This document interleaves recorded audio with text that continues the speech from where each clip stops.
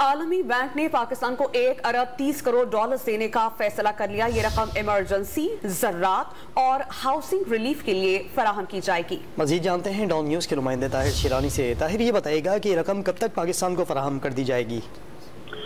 دیکھیں، عالمی بینک کے جو بورڈ کے اجلاس ہے وہ آئندہ ماہ دسمبر میں ہو رہا ہے، جس میں پاکستان کے لیے 1 ارب 30 کروڑ ڈالر کے فنڈ کی منظوری کا جائزہ لیا جائے گا۔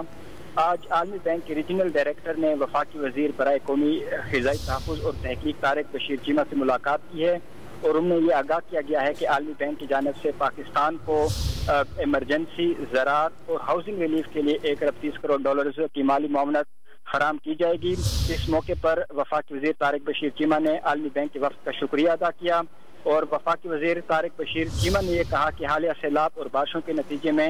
کاشتکار برادری کو بھاری نقصان ہوا ہے، اور غریب کسانوں کو ریلیف اور ان کی بحالی میں مدد کرنے کی پوری کوشش کی جا رہی ہے، اور ایسے میں عالمی بینک کی جانب سے جو معاونت ہے وہ اس میں پاکستان کو مدد ملے گی، تاکہ جو حالیہ سیلاب کے باعث کسان ہیں ان کی مدد کی جا سکے، اور ورلڈ بینک کی جانب سے جو سیلاب اور بارشوں سے متاثرہ کسان ہیں ان کے لیے یوریا پر سبسڈی دینے کے لیے عالمی بینک کی جانب سے معاونت فراہم کی جائے گی۔ جی، بہت شکریہ طاہر آپ کا۔